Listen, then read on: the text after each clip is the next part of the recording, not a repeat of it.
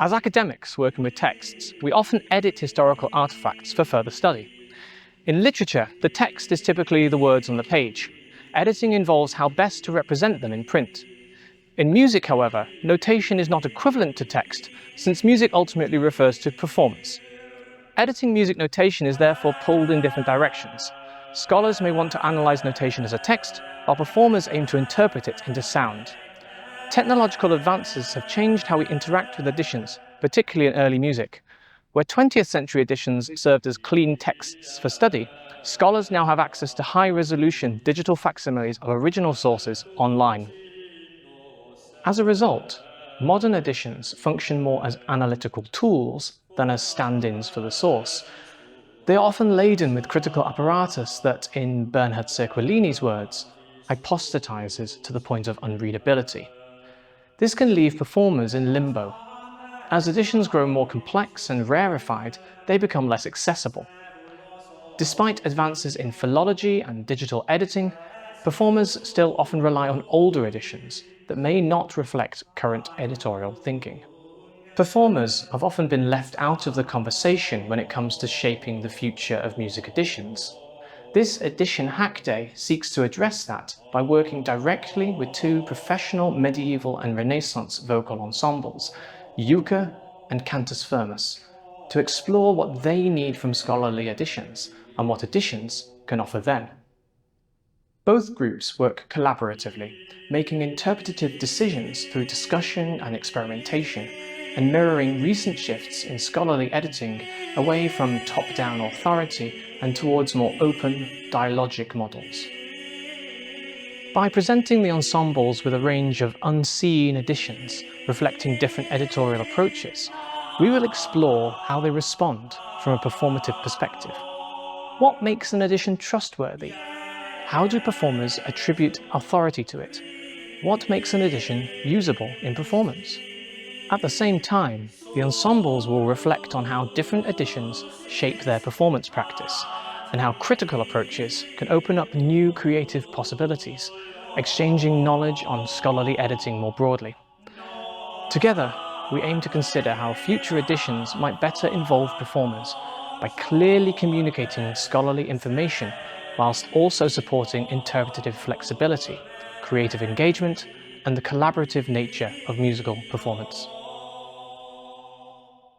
I think the ideal relationship between the editor and the performing ensemble is an editor that's really thought about the performers. Usually, for your everyday piece of music, I'm not really that interested in kind of having a relationship with an editor.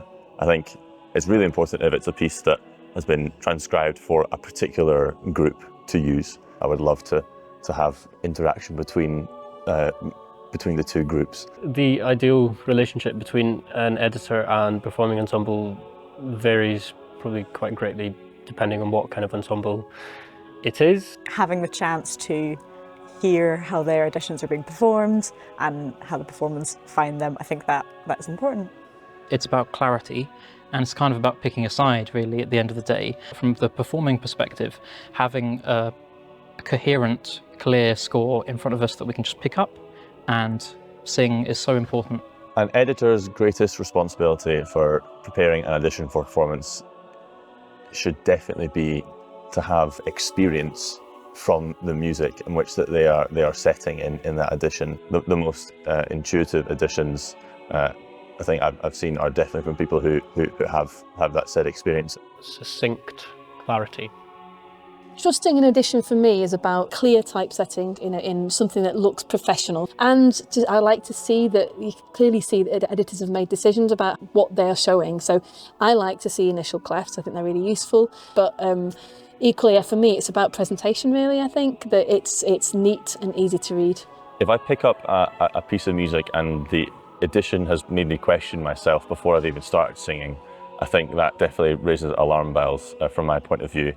If I can read uninhibited, barring the few mistakes that are inevitable, I think that is probably a trustworthy edition. I think you can make up your mind really quickly when you pick up a score if it's something that you feel like you can trust, and I think it's often really superficial things at first. It's like that it's just like neat and easy to read. Note spacing is really important to me, I think. in terms of being able to score read other parts in an edition while you're performing. If it's for performance, clarity is the most important. That may mean sacrificing some of the information that we have from the different sources for the different variants that we have. It's tricky to get a balance between having all of the possible options and all of the academic thoroughness on a page without it being distracting and making it very difficult to at least sing through for the first time.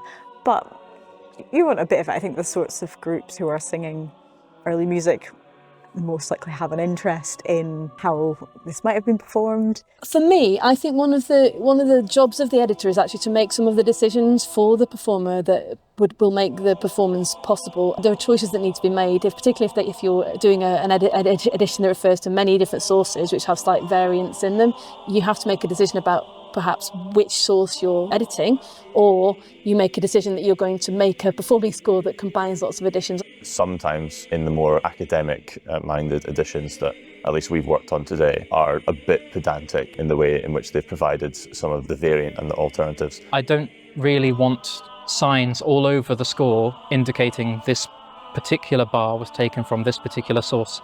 I just find that it adds too much complexity, which for performance is not actually required. So what I'd love to see is a preface that has a context for the piece, explaining perhaps the background or the history, and something about the composer potentially, if they're known. And then I would really love to see a sort of proper editorial practice explained in simple English, not using too many complicated musicological terms. I think that the background information on a source is definitely useful to some extent. I think it is maybe interesting seeing what keys things were originally performed in, for example, but maybe not too much more apart from that, I think. I think there is a place for academic thoroughness, for use of analysis or other kind of academic interests that don't involve specifically in performing. Maybe sometimes editors think that people want to see all of the options.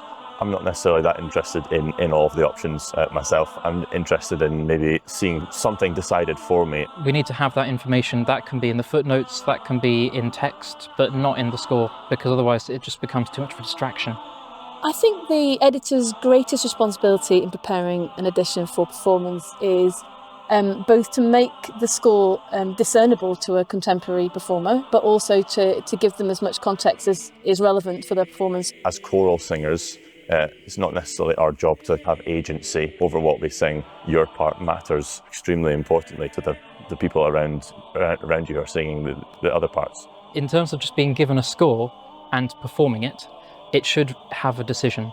I think it should have a steer, and I think that it's okay for editors to have a steer. So I would prefer that than having 7 different alternative possibilities. I guess I would be suspicious of someone saying this should be performed like this.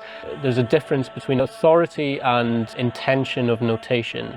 Sort of facilitating the rehearsal space and the performance, making things as straightforward as possible so that the performers can focus on the performing. I don't think that performers receive enough training in reading critical editions. I think that the reasons for that are because people are not being expected to sight read perhaps as much as they used to.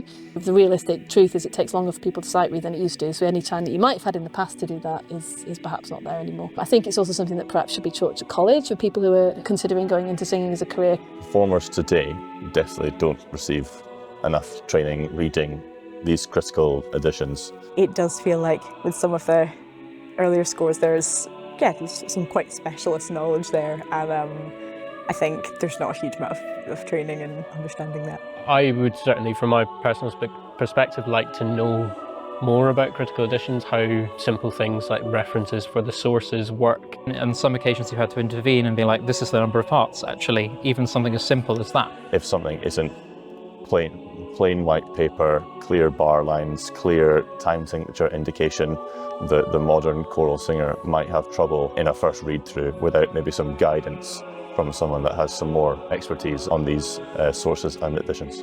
I think that once we have performed a repertoire or a program after a certain amount of time, then we kind of develop our way of doing it. That becomes then encodified, and then perhaps we indicate that then in the scores. I guess if an editor saw a performance of their work, they might start to see some problems. I think them being able to hear how that has ended up sounding and then think, oh yeah, I could have done that differently because that ended up sounding like that. It would be hugely positive if there was that kind of dialogue between the editor and performing ensemble. Don't think it's necessary all the time, but for maybe the more niche and underperformed, lesser known sources and editions, it would be great. Trying to think about how modern performers might be able to feed back into that distant model is quite hard to see, but I think in a more connected world where digital scores are possible, it's easy to think of ways that you could send live feedback onto how scores are being used. I think the old model, the old traditional model, it's quite hard to see beyond writing to an editor. Everything needs to advance with the times. It's important to acknowledge these original sources, but in terms of actually preserving its performance and making it as accessible as possible, I think it has to be standardized. I think we're beyond the point of a standardization. I think there's too many different ways in which you could choose to notate something, particularly early music. Now that we have the facility to put so much of the stuff online, having all these different variants and possibilities, that's a perfect place for it. It's really useful, I think, for editors to think about the purpose that their score is going to be put to, and I think that going forwards, editors should really think about meeting those markets, and it might be that that means they do 2 editions. They do an edition that's got all that information in it, and they do one where all those decisions have been made perhaps for a less experienced conductor who's leading less experienced singers. A stronger embracing of rhythmic clarity for me is always the one. I think people suspend that because they think, oh, it's not what is intended. If you go back to the source material, you don't see necessarily strong signs of rhythmic clarity, so they tend to break down the things that suggest rhythmic clarity, like bar lines and other things like phrasing markings and things like that, which to a performer could be misleading.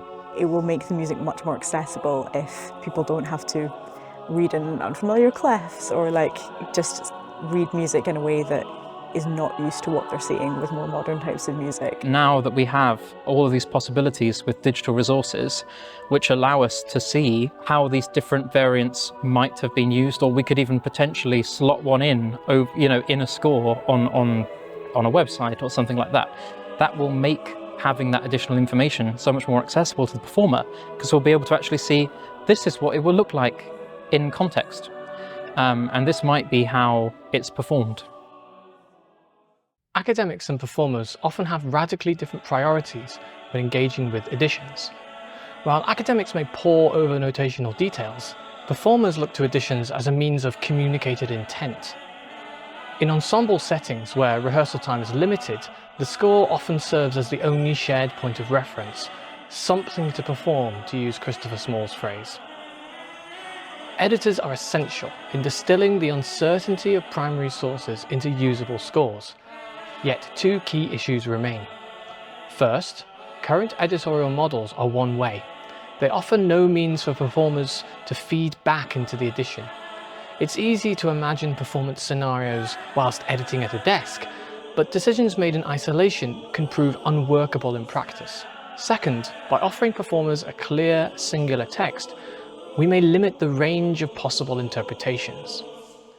At a time when performances of early music are becoming more homogenized, what Richard Taruskin called the Beethovenization of early music, editors should instead be encouraging divergence and creative freedom. Future editions of medieval and Renaissance music must innovate to meet both scholarly and performative needs. We need editorial models that equip performers with the same critical tools as scholars, delivered compactly, accessibly, and without disrupting or distracting performance.